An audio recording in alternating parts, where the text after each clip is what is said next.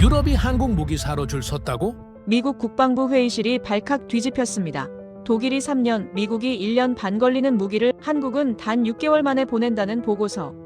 30조 원어치 주문서를 들고 서울로 달려가고 있었습니다. 한국? 그냥 부품이나 조립하는 나라잖아. 미국 전문가는 비웃었습니다. 그런데 이틀 뒤 도쿄 한복판 전자상가에서 일본 제품이 구석으로 밀려나고 삼성과 LG가 한가운데를 차지한 걸 본 순간 그는 얼어붙었습니다. 더 충격적인 건 70년 전 탱크 한 대 없어 무너진 나라가 지금 세계 무기 시장을 뒤흔들고 있습니다. 대체 무슨 일이 벌어진 걸까요? 미국은 왜 한국에 고개를 숙였을까요? 지금부터 그 충격의 진실을 공개합니다. 저는 레이첼 킹이라고 합니다. 52살이죠. 워싱턴에서 국방공급망 리스크 감사 컨설팅 회사를 운영하고 있어요. 전직 국방부 계약감사관 출신이라 숫자만큼은 제 손바닥처럼 꿰고 있습니다. 그날 아침 사무실 문을 열자마자 노아가 제 책상 위에 파일 하나를 던졌어요. 노아 브룩스, 60살의 베테랑이죠. 전직 군수사령부 출신인데 지금은 조달 자문 일을 하고 있습니다. 레이첼, 이거 봤어? 파일 표지에는 긴급이라는 도장이 찍혀 있었어요. 저는 커피를 한 모금 마시고 천천히 파일을 펼쳤습니다. 첫 장부터 황당한 내용이 나오더군요. 유럽 각국, 한국산 무기 대량 구매, 대기 명단까지 발생. 저는 피식 웃음이 나왔어요. 한국이라고요? 그 한국 말인가요? 제 머릿속에 있는 한국은 미국 시스템을 운영하는 조연 정도였거든요. 핵심 기술은 다 수입해서 조립만 하는 나라. 그런 곳이 유럽 시장을 흔들고 있다니 말도 안 되는 소리였습니다. 노아, 이거 농담이죠? 노아는 제 맞은편 의자에 털썩 앉더니 팔짱을 꼈어요. 그의 표정이 심각했습니다. 농담 같아 보여? 폴란드가 150대를 주문했고 루마니아도 대기 명단에 올라갔어. 심지어 독일까지 관심을 보이고 있다고. 제 손가락이 파일을 넘기는 속도가 빨라졌습니다. 숫자들이 눈에 들어왔어요. 자주포, 전차, 전투기, 품목도 다양했죠. 하지만 저는 고개를 저었습니다. 이건 전쟁 특수예요? 우크라이나 사태 이후 유럽이 급하게 무기가 필요하니까 닥치는 대로 사는 거죠. 본질은 아니에요. 노아가 한숨을 쉬었어요.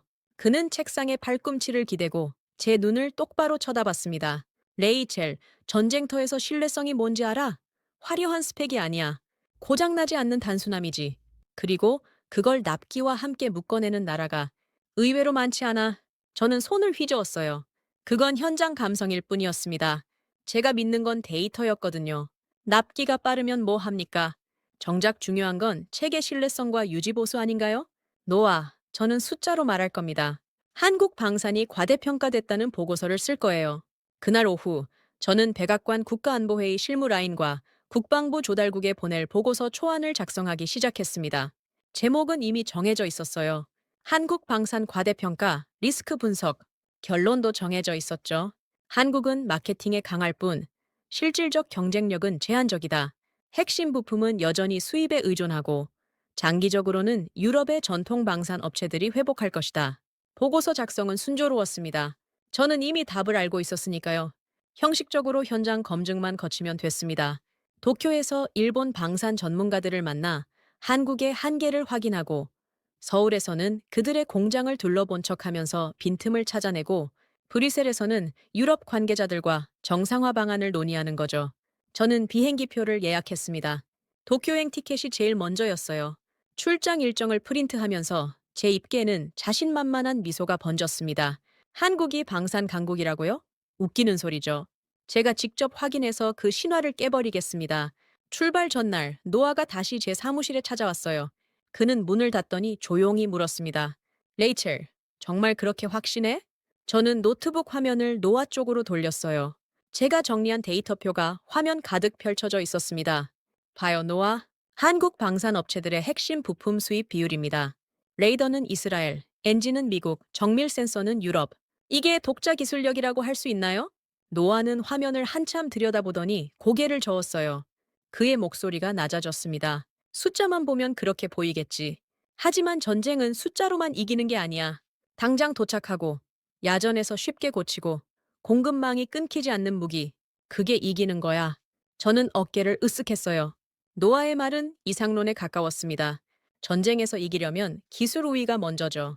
노아, 그런 건 마케팅 문구예요. 실제 데이터를 보면 답이 나옵니다. 노아가 한숨을 쉬며 일어섰어요. 문 앞에서 그가 돌아보더니 말했습니다. 레이첼, 현장에 가면 네가 틀렸다는 걸 알게 될 거야. 아니, 알았으면 좋겠어. 그의 뒷모습이 왠지 씁쓸해 보였지만 저는 신경 쓰지 않았습니다. 제 확신은 흔들리지 않았거든요. 다음 날 아침, 저는 덜레스 공항에 섰습니다. 도쿄행 비행기를 기다리면서 저는 다시 한번 보고서 초안을 훑어봤어요. 완벽했습니다. 논리도 탄탄하고 데이터도 충분했죠. 백악관 NSC 실무진과 국방부 조달국 담당자들에게 이메일로 출장 일정을 보냈습니다. 한국 방산 현황 직접 검증 중이라는 제목으로요. 그들의 답장은 빨랐어요. 기대하고 있겠습니다, 킹 박사님. 저는 웃었습니다. 박사 학위를 딴 지 20년이 넘었지만 여전히 그 호칭이 기분 좋았거든요. 전문가로서의 자부심이랄까요? 비행기 안에서 저는 창밖을 내다봤습니다. 구름 사이로 태평양이 보였어요. 14시간 비행 끝에 도쿄에 도착하면 제 가설을 증명할 첫 번째 증거를 찾을 겁니다. 일본 전문가들이 한국의 한계를 증언해 줄 거예요. 그들도 한국 방산의 급부상을 달갑게 여기지 않을 테니까요. 도쿄 나리타 공항에 내렸을 때 제 첫 인상은 역시 일본답다였어요. 깨끗하고 정돈된 공항, 친절한 안내원들, 모든 게 예상대로였습니다. 호텔의 짐을 풀고 저는 곧장 아키하바라로 향했어요. 전자제품의 메카 아닌가요? 일본 기술력을 확인하기에 완벽한 장소였죠. 제 계획은 간단했습니다. 일본이 여전히 기술 강국임을 확인하고 한국은 그 아래 단계라는 걸 입증하는 거예요. 하지만 전자제품 매장에 들어서는 순간 제 다리가 멈췄습니다. 입구에서 가장 가까운 곳, 그러니까 골든존이라고 부르는 매장 중심부를 차지한 건 삼성과 LG였어요. 거대한 디스플레이 화면들이 빛나고 있었고 사람들이 그 앞에 모여 있었습니다. 저는 눈을 깜빡였어요. 뭔가 잘못 봤나 싶어서요. 하지만 아무리 봐도 삼성이었습니다. 일본 브랜드인 소니와 파나소닉은 구석에 밀려나 있었어요. 제 심장이 이상하게 뛰기 시작했습니다. 불편함과 불안이 섞인 감정이었죠. 매장 직원에게 다가갔어요. 이름표를 보니 나카무라 켄지라고 적혀 있었습니다. 50대 중반쯤 돼 보이는 남자였어요. 저기요, 왜 한국 제품이 이렇게 중앙에 배치돼 있죠? 나카무라는 제 얼굴을 잠깐 쳐다보더니 담담한 목소리로 대답했습니다. 고객들이 원하니까요. 고장도 적고 AS도 빠르고 부품 수급도 안정적이거든요. 제 얼굴이 굳었어요? 부품 수급? 한국 제품이? 일본 제품은요? 나카무라가 작게 한숨을 쉬었습니다. 그의 눈빛에 체념 같은 게 어려 있었어요. 일본 제품도 좋습니다. 하지만 핵심 부품이 한국산이에요. 디스플레이, 배터리, 반도체. 결국 고객들이 알아버렸습니다. 그럼 차라리 완제품을 한국에서 사는 게 낫다고 생각하는 거죠. 제 손이 떨렸어요. 화가 났습니다. 아니, 화보다는 제 확신이 흔들리는 게 무서웠어요. 매장을 나와 긴자거리를 걸었습니다. 정신을 좀 정리하고 싶었거든요. 하지만 거리 곳곳에서 저를 자극하는 광경들이 펼쳐졌어요. K뷰티 매장 앞에는 젊은 일본 여성들이 줄을 서 있었습니다. 한국 화장품을 사려고요. 삼겹살집에서는 일본인들이 한국어로 건배를 외치고 있었어요. 서점에 들어갔더니 입구에 한국어 학습서가 한가득 쌓여 있었습니다. 한 대학생 여자애가 그 책들을 뒤적이고 있었어요. 저는 다가가서 물었습니다. 한국어 공부하세요? 그녀는 수줍게 웃으며 고개를 끄덕였어요. 이름은 미야자키 유나라고 했습니다. 21~22살 돼 보였죠. 네, 드라마도 보고 싶고 한국 가고 싶어서요. 그녀의 눈빛이 반짝였습니다. 동경과 설렘이 섞인 표정이었어요. 저는 그 눈빛이 견딜 수 없었습니다. 이건 단순한 유행이 아니었어요. 욕망의 방향이 바뀌고 있었던 겁니다. 호텔로 돌아와서 저는 침대에 주저앉았어요. 머리가 복잡했습니다. 제가 본 건 뭘까요? 일본이 한국에 밀리고 있다는 증거였을까요? 아니면 제가 너무 예민하게 반응한 걸까요? 핸드폰이 울렸습니다. 노아였어요. 레이첼 어때? 도쿄는? 저는 대답하지 못했습니다. 뭐라고 말해야 할지 몰랐거든요. 노아의 목소리가 다시 들려왔어요. 봤지? 숫자 뒤에 숨은 진실을? 저는 핸드폰을 끊었습니다. 인정하고 싶지 않았어요. 하지만 제 가슴속 어딘가에서 작은 균열이 생기고 있었습니다. 도쿄에서의 이틀째 밤이었습니다. 저는 호텔 방에서 노트북을 켜고 보고서를 다시 정리하고 있었어요. 아키하바라에서 본 광경을 어떻게 해석해야 할지 고민하면서요. 그때 노아에게서 이메일이 왔습니다. 제목은 간단했어요. 이거 봐.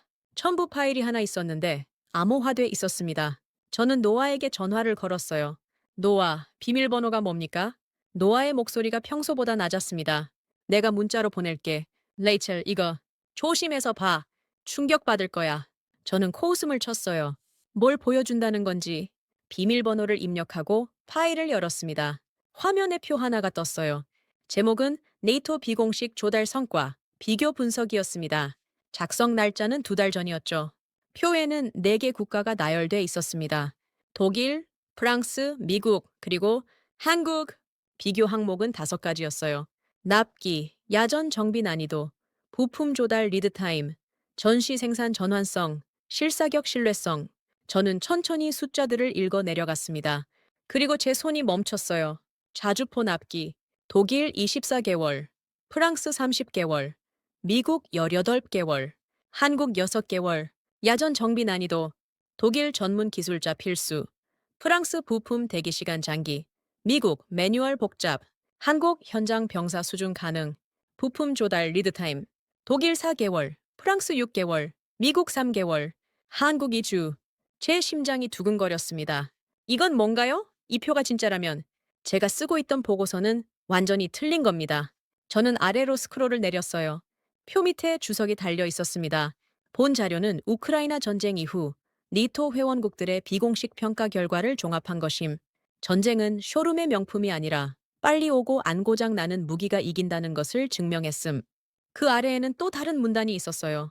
한국 방산의 경쟁력은 1950년 전차 영대의 트라우마에서 시작됐다. 당시 한국군은 단 한 대의 전차도 없었고 적의 전차 앞에서 속수무책으로 무너졌다. 이 기억은 70년이 넘도록 이어졌고 한국은 멈추지 않고 투자했다. 목표는 단 하나. 고장나면 죽는다. 그래서 정비가 쉬워야 하고 부품이 끊기면 안 된다. 성능의 극대화가 아니라 생존과 공급망의 지속이 핵심이다. 저는 노트북 화면을 멍하니 바라봤습니다. 머릿속이 하얗게 변했어요. 제가 믿어온 모든 게 흔들리고 있었습니다. 핸드폰이 다시 울렸어요. 노아였습니다. 봤어? 저는 대답할 수가 없었어요. 목소리가 나오지 않았거든요. 노아가 조용히 말했습니다. 레이첼, 나도 처음엔 믿지 않았어.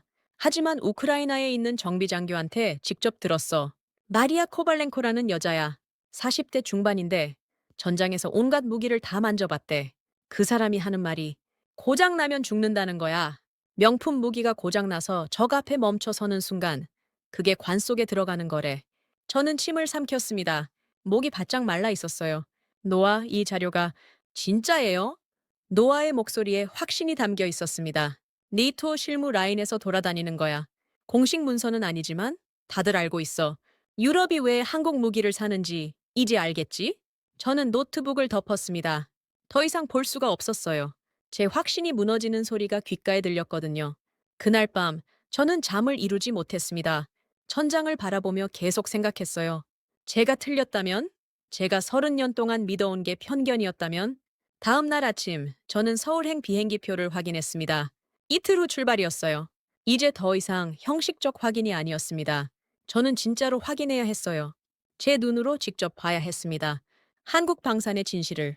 인천공항에 도착했을 때 노아가 마중 나와 있었어요. 그는 이미 사흘 전에 한국에 와 있었습니다. 준비됐어? 저는 고개를 끄덕였어요. 준비됐는지는 모르겠지만 어쨌든 여기까지 왔으니까요. 노아가 준비한 첫 번째 일정은 경기도에 있는 방산 공장 방문이었습니다. 자주포를 만드는 곳이었어요. 공장 입구에서 한지훈이라는 사람이 우리를 맞이했습니다. 40대 초반으로 보이는 남자였는데 생산 라인장이라고 했어요. 어서 오세요. 킹 박사님. 그의 악수가 단단했습니다. 일하는 사람의 손이었어요. 우리는 공장 안으로 들어갔습니다. 첫 인상은 빠르다였어요. 생산 라인이 멈추지 않고 움직이고 있었습니다. 용접 불꽃이 튀고 거대한 크레인이 부품을 옮기고 작업자들이 정확한 동작으로 조립을 이어가고 있었어요. 한 대 만드는데 얼마나 걸립니까? 지훈이 자신 있게 대답했습니다. 지금은 한 달에 15대 생산하고 있습니다. 필요하면 25대까지 늘릴 수 있어요. 라인을 이틀 안에 전환할 수 있거든요. 저는 눈을 깜빡였어요. 이틀이요? 그게 가능한가요? 지훈이 우리를 한쪽으로 안내했습니다. 거대한 창고가 나타났어요. 안에는 부품들이 가득했습니다. 여기가 부품 재고 구역입니다. 전시 기준으로 3개월치 재고를 유지하고 있어요. 엔진, 변속기, 포신, 핵심 부품은 모두 국산화했습니다. 저는 걸음을 멈췄어요. 3개월치 재고요? 평시에? 왜 이렇게 많이 쌓아둡니까? 비효율적이지 않나요? 지훈의 얼굴이 굳어졌습니다. 그의 목소리에 무게가 실렸어요. 박사님, 전쟁이 터지면 공급망이 끊깁니다. 그때 재고가 없으면 공장이 멈춰요. 공장이 멈추면 전선에 무기가 안 가고 그럼 사람이 죽습니다. 비효율? 그건 평화로울 때나 하는 소리죠. 저는 할 말을 잃었어요. 지훈의 눈빛이 너무 진지했거든요. 우리는 다시 생산 라인으로 돌아왔습니다. 한 젊은 여성이 다가왔어요. 이름은 오세라라고 했습니다. 28살, 전자 및 소프트웨어 엔지니어였어요. 안녕하세요. 저는 정비 시스템 단순화 담당입니다. 세라는 우리를 전자 장비실로 안내했어요. 화면 하나를 켜더니 설명을 시작했습니다. 저희는 정비를 최대한 단순하게 만들려고 합니다. 왜냐하면 야전에서 정비하는 사람들은 전문 기술자가 아니거든요. 20살 병사들이에요. 그 애들이 30분 안에 고칠 수 있어야 합니다. 그게 안 되면 그 무기는 전쟁터에서 쓸모없어요. 저는 세라의 말에 집중했습니다. 그녀의 목소리에는 또렷한 결심이 담겨 있었어요. 부품 때문에 못 싸우는 역사를 끊고 싶어요.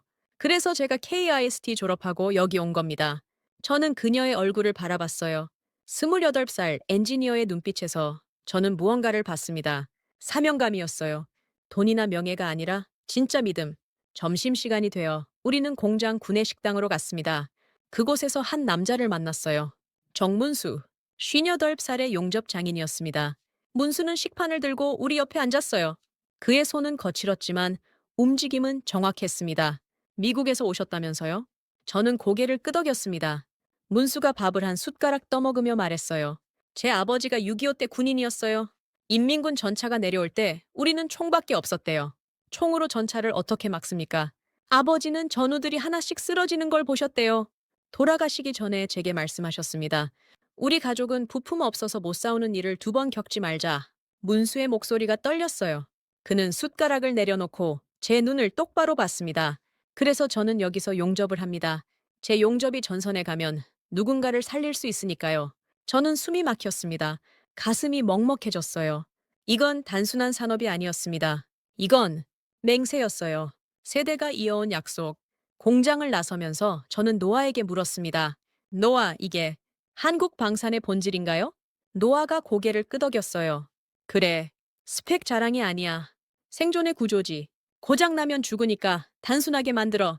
부품이 끊기면 못 싸우니까 국산화하고 재고를 쌓아. 이게 70년 동안 멈추지 않은 결과야. 저는 침묵했습니다. 제가 틀렸어요.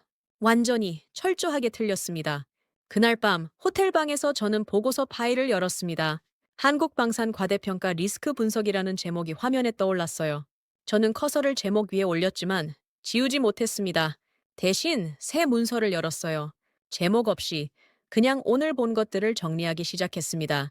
지훈의 재고 창고, 세라의 단순화 철학, 문수의 아버지 이야기. 핸드폰이 울렸어요. 노아였습니다. 레이첼, 내일 한 곳 더 가자. 조선소야. 조선소요? 왜요? 노아의 목소리에 미소가 묻어났어요. 방산이 공장에서만 이루어지는 게 아니거든. 한국은 전체가 하나의 동원 체계야. 그걸 봐야 이해가 돼. 다음 날 아침, 우리는 남쪽으로 차를 몰았습니다. 거제도에 있는 대형 조선소였어요. 배를 만드는 곳인데 왜 여기를 오는 건지 저는 이해하지 못했습니다. 조선소 입구에서 한 남자가 우리를 기다리고 있었어요. 노아의 옛 동료라고 했습니다. 이름은 톰 리드. 55살쯤 돼 보이는 미국인이었는데 전직 주한미군 군수장교 출신이라고 했어요. 레이첼, 반가워요. 노아한테 얘기 많이 들었어요. 톰이 우리를 조선소 안으로 안내했습니다. 거대한 배들이 건조되고 있었어요. 크레인이 움직이고 용접 소리가 울려 퍼졌습니다. 여기가 왜 중요한지 아세요? 저는 고개를 저었어요. 톰이 한 배를 가리켰습니다. 저 배를 만드는 기술이 전함을 만드는 기술과 같아요. 그리고 저 용접공들이 전시에는 전차 공장으로 갑니다. 이게 바로 한국식 동원 체계죠. 민간과 군수가 평시부터 통합돼 있어요. 저는 입을 다물지 못했어요. 민간과 군수의 통합이요? 톰이 계속 설명했습니다. 독일이나 프랑스는 군수 산업이 따로 놀아요. 평시에는 생산량이 적고 전시에 갑자기 늘리려면 시간이 걸리죠. 하지만 한국은 달라요. 이미 거대한 민간 생산 기반이 있고 그게 언제든 전환될 수 있게 설계돼 있어요. 부품 공급망도, 인력도, 설비도 모든 게 연결돼 있습니다. 저는 주변을 둘러봤어요. 수천 명의 노동자들이 움직이고 있었습니다. 이 사람들이 전시에는 무기를 만든다고요? 톰, 이게 진짜 작동합니까? 톰이 웃었어요. 우크라이나 전쟁 때 증명됐잖아요. 유럽이 1년 걸릴 주문을 한국은 6개월에 넘겼어요. 어떻게 가능했겠어요? 이미 돌아가고 있는 체계였으니까. 저는 숨을 깊이 들이마셨습니다. 제가 이해하지 못했던 퍼즐 조각들이 맞춰지고 있었어요. 한국 방사는 기술의 문제가 아니었습니다. 구조의 문제였어요. 아니, 구조라기보다는 생존 방식이었습니다. 점심을 먹으며 톰이 말했습니다. 레이첼, 처음엔 놀랐죠? 저는 솔직하게 대답했어요. 네, 저는 한국을 과소평가했어요. 아니, 과소평가를 넘어서 무시했습니다. 톰이 고개를 끄덕였어요. 나도 그랬어요. 20년 전 처음 한국에 왔을 때 나는 미국 시스템이 최고라고 생각했죠. 하지만 시간이 지나면서 깨달았어요. 한국은 전쟁을 기억하는 나라예요. 미국처럼 바다 건너 전쟁을 하는 게 아니라 여기가 전장이었던 나라죠. 그 기억이 모든 걸 바꿔놨어요. 저는 창밖을 바라봤습니다. 조선소 너머로 바다가 보였어요. 저 바다 건너 북쪽에 아직도 휴전선이 있다고 했습니다. 톰, 그럼 한국 방산의 경쟁력은 영원한 건가요? 톰이 잠시 생각하더니 대답했어요. 영원한 건 없어요. 하지만 적어도 지금은, 그리고 앞으로 20년은 계속될 겁니다. 왜냐하면 이건 공장 하나 짓는 게 아니거든요. 사회 전체의 DNA예요. 그걸 따라잡으려면 그가 말을 멈췄습니다. 저는 그 다음 말을 알고 있었어요. 같은 경험을 해야 한다. 전쟁의 기억을 서울로 돌아오는 차 안에서 저는 계속 생각했습니다. 제가 쓰려던 보고서는 이제 완전히 폐기해야 했어요. 대신 새로운 보고서를 써야 했습니다. 진실을 담은 보고서를. 하지만 그 전에 저는 한 곳을 더 가야 했습니다. 브루이셀이요. 유럽 방산업계 사람들을 만나야 했어요. 그들에게 말해야 했습니다. 한국을 막으려 하지 말라고. 대신 배우라고. 일주일 후 저는 브뤼셀에 있었습니다. 네이토 본부 근처의 한 호텔 회의실이었어요. 비공식 모임이라고 했지만 참석자 몇몇은 화려했습니다. 유럽 각국의 방산 관계자들, 로비스트들, 그리고 몇몇 정부 관계자들까지. 회의를 주선한 사람은 하인리히 벨트였습니다. 59살의 유럽 방산 협회 대변인이었어요. 노아의 말에 따르면 하인리히는 한국 방산의 부상을 가장 경계하는 인물 중 하나라고 했습니다. 회의실에 들어섰을 때 하인리히가 저를 맞이했어요. 그의 악수는 차갑고 형식적이었습니다. 킹 박사님 오셨군요. 박사님의 보고서를 기다리고 있었습니다. 저는 미소를 지었습니다. 하지만 제 가슴 속에서는 긴장감이 올라오고 있었어요. 회의가 시작됐습니다. 하인리히가 먼저 발언했어요. 신사숙녀 여러분, 우리는 심각한 위기에 직면해 있습니다. 한국이라는 예상치 못한 경쟁자가 유럽 시장을 교란하고 있습니다. 폴란드, 루마니아, 심지어 핀란드까지 한국산 무기를 구매하고 있죠. 그의 목소리에 초조함이 묻어났어요. 이것은 시장 질서를 해치는 행위입니다. 저가 공세와 공격적 마케팅으로 우리의 입지를 위협하고 있어요. 우리는 대응해야 합니다. 다른 참석자들이 고개를 끄덕였습니다. 한 프랑스 관계자가 말했어요. 그들의 납기가 빠른 건 인정합니다. 하지만 품질은 어떻습니까? 장기적 신뢰성은? 하인리히가 저를 바라봤어요. 그래서 킹 박사님을 초대했습니다. 박사님, 현장 조사 결과를 들려주시죠. 한국 방산의 실체를. 모든 시선이 제게 쏠렸습니다. 저는 천천히 일어섰어요. 제 손이 떨리고 있었지만 목소리는 단호하게 만들었습니다. 저는 처음에 여러분과 같은 생각이었습니다. 한국은 과대평가됐고 조만간 시장은 정상화될 거라고 믿었죠. 하인리히의 얼굴에 만족스러운 표정이 떠올랐어요. 하지만 저는 계속 말했습니다. 하지만 제가 틀렸습니다. 완전히 철저하게. 회의실이 조용해졌어요. 하인리히의 표정이 굳어졌습니다. 도쿄에서 저는 골든존을 한국 브랜드가 장악한 걸 봤습니다. 서울에서는 전시 기준 재고 시스템과 국산화된 부품 공급망을 확인했어요. 조선소에서는 민간과 군수가 통합된 동원 체계를 목격했죠. 저는 준비한 자료를 화면에 띄웠습니다. 네이토 비교표였어요. 납기, 정비 난이도, 부품 리드타임. 모든 면에서 한국이 우위에 있습니다. 이건 마케팅이 아니에요. 구조적 경쟁력입니다. 한 독일 관계자가 끼어들었어요. 그렇다면 우리는 어떻게 해야 합니까? 가만히 시장을 내줘야 한단 말입니까? 저는 고개를 저었습니다. 막으려 하지 마십시오. 막을 수 없습니다. 대신 배우십시오. 하인리히가 벌떡 일어섰어요. 그의 얼굴이 붉어졌습니다. 배우라고요? 우리가 한국에게서? 저는 그의 눈을 똑바로 봤습니다. 네. 그들의 납기 시스템, 정비 단순화 철학, 부품 국산화 정책. 배울 게 많습니다. 우크라이나 전쟁이 증명했잖아요. 전쟁은 쇼룸의 명품이 아니라 빨리 오고 안 고장 나는 무기가 이긴다고. 회의실에 긴 침묵이 흘렀어요. 저는 마지막 슬라이드를 띄웠습니다. 거기에는 1950년 한국전쟁 사진 한 장이 있었어요. 병사들이 무기 없이 후퇴하는 모습이었습니다. 한국 방산의 경쟁력은 여기서 시작됐습니다. 전차 영대의 기억, 고장나면 죽는다는 절박함, 부품이 끊기면 못 싸운다는 트라우마, 이게 70년 넘게 이어져 온 겁니다. 저는 자리에 앉았어요. 제 심장이 빠르게 뛰고 있었지만 후회는 없었습니다.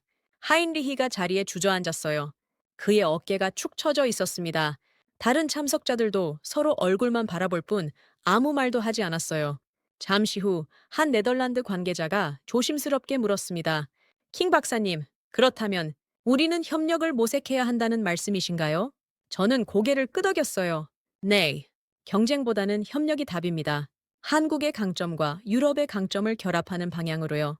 회의는 그렇게 끝났습니다. 명확한 결론 없이. 하지만 적어도 한 가지는 분명해졌어요. 한국을 무시하던 시대는 끝났다는 것. 회의실을 나서면서 노아가 제 어깨를 툭 쳤어요. 잘했어, 레이첼. 용기 있는 선택이었어. 저는 쓸쓸하게 웃었습니다. 용기라기보다는 그냥 진실을 말한 것뿐이었는데요. 워싱턴으로 돌아온 저는 사무실 책상 앞에 앉았습니다. 노트북을 켜고 그 문서를 열었어요. 한국 방산 과대평가 리스크 분석. 저는 커서를 제목 위에 올렸습니다. 그리고 이번엔 주저하지 않고 지웠어요? 삭제 버튼을 누르는 순간 이상하게 가슴이 후련해졌습니다. 새 문서를 열었어요. 제목을 입력하기 시작했습니다. 전쟁이 가르친 조달의 진실. 한국 방산 경쟁력의 구조적 분석. 제목을 쓰고 나니 손가락이 저절로 움직였습니다. 지난 2주 동안 봤던 것들이 머릿속에서 정리되기 시작했어요. 첫 문단을 썼습니다. 본 보고서는 당초 계획과 다른 결론에 도달했다. 한국 방산을 과대평가로 규정하려 했으나 현장 조사 결과 정반대의 사실을 확인했다. 한국의 경쟁력은 일시적 현상이 아니라 70여 년 축적된 구조적 우위다. 손가락이 멈추지 않았어요. 도쿄의 골든존, 나카무라의 말, 니토 비교표, 서울 공장의 재고 창고, 세라의 단순화 철학, 문수의 아버지 이야기, 거제 조선소의 동원체계, 브뤼셀 회의의 침묵, 모든 게 문장으로 흘러나왔습니다. 5시간 후 저는 키보드에서 손을 뗐어요. 초안이 완성됐습니다. 35페이지, 표와 그래프, 현장 사진까지 포함해서요. 하지만 뭔가 부족했어요. 저는 다시 첫 페이지로 돌아갔습니다. 제목 위에 한 문단을 추가했어요. 헌사, 전장에서 고장 한 번의 삶이 꺾였던 이들에게, 그리고 그 기억을 잊지 않고 단순함과 납기, 책임을 생존으로 만든 이들에게. 눈물이 핑 돌았습니다. 저는 눈을 감았어요. 문수의 아버지가 떠올랐습니다. 전차 앞에서 총만 들고 서 있던 청년, 그리고 그 기억을 아들에게 전한 노인. 핸드폰이 울렸어요. 백악관 NSC 실무자였습니다. 킹 박사님, 보고서는 언제 올라옵니까? 국방장관님께서 기다리고 계십니다. 저는 심호흡을 했어요. 오늘 저녁까지 보내드리겠습니다. 다만, 내용이 당초 예상과 많이 다릅니다. 전화 너머로 잠깐 침묵이 흘렀어요. 어떻게 다른데요? 한국을 과소평가하면 안 됩니다. 그들의 방사는 우리가 배워야 할 모델입니다. 또 침묵. 그러다 짧은 대답이 들려왔어요. 알겠습니다. 보고서 기다리겠습니다. 저는 전화를 끊고 보고서를 최종 점검했습니다. 오타는 없는지, 표는 정확한지, 논리는 탄탄한지, 모든 게 완벽했어요. 이제 보낼 시간이었습니다. 하지만 전송 버튼을 누르기 전에 저는 잠시 멈췄습니다. 지난 30년을 돌아봤어요. 제가 믿어온 것들, 제가 확신했던 것들, 그 모든 게 편견이었다는 걸 인정하는 게 쉽지 않았습니다. 하지만 진실은 진실이었어요. 제 자존심보다 중요한 게 있었습니다. 정확한 분석, 올바른 판단, 그리고 무엇보다 겸손. 저는 전송 버튼을 눌렀습니다. 전송 완료라는 메시지가 떴어요. 저는 의자에 기댔습니다. 긴장이 풀리면서 온몸에 힘이 빠졌어요. 노아에게 문자를 보냈습니다. 보고서 보냈어. 고마워, 노아. 네가 없었으면 평생 틀린 채로 살았을 거야. 답장이 곧 왔어요. 레이첼, 넌 용기 있는 사람이야. 틀렸다는 걸 인정하는 게 얼마나 어려운지 나도 알아. 자랑스러워. 저는 웃었습니다. 노트북을 덮고 창밖을 바라봤어요. 워싱턴의 석양이 아름다웠습니다. 일주일 후 국방부에서 연락이 왔어요. 헤그세스 국방장관이 보고서를 읽었고 한국과의 조달 협력 방안을 검토하겠다고 했습니다. NSC에서도 긍정적 반응이 왔고요. 제 보고서가 정책에 영향을 미칠 거라는 소리였습니다. 노아와 저녁을 먹으며 저는 말했어요. 노아, 나 변했어. 숫자만 믿던 사람에서 숫자 뒤에 사람을 읽는 사람으로. 노아가 와인잔을 들어 올렸어요. 그게 바로 진짜 분석까지. 건배, 레이첼, 새로운 시작을 위해. 저도 잔을 들었습니다. 건배, 잔이 부딪히는 소리가 울렸어요. 맑고 청명한 소리였습니다. 마치 편견이 깨지는 소리 같았어요. 그날 밤 집으로 돌아오는 길에 저는 하늘을 올려다봤습니다. 별이 보였어요. 오랜만에 보는 별이었습니다. 제 머릿속에서 문수의 말이 다시 들렸어요. 우리 가족은 부품 없어서 못 싸우는 일을 2번 겪지 말자. 그 맹세가 70년을 이어져 지금 유럽의 전장을 바꾸고 있었습니다. 힘은 자만에서 떠나 결의에 머문다. 이제야 저는 그 말의 의미를 알았습니다. 진짜 강함은 과시가 아니라 책임에서 나온다는 것을, 그리고 그 책임은 기억에서 시작된다는 것을. 저는 집 앞에 섰습니다. 문을 열고 들어가며 생각했어요. 내일부터 또 새로운 일이 시작되겠죠. 하지만 이제 저는 다릅니다. 더 이상 편견에 갇힌 분석가가 아니에요. 진실을 두려워하지 않는 사람, 틀렸다는 걸 인정할 수 있는 사람, 그리고 배울 준비가 된 사람. 레이첼 킹의 새로운 시작이었습니다.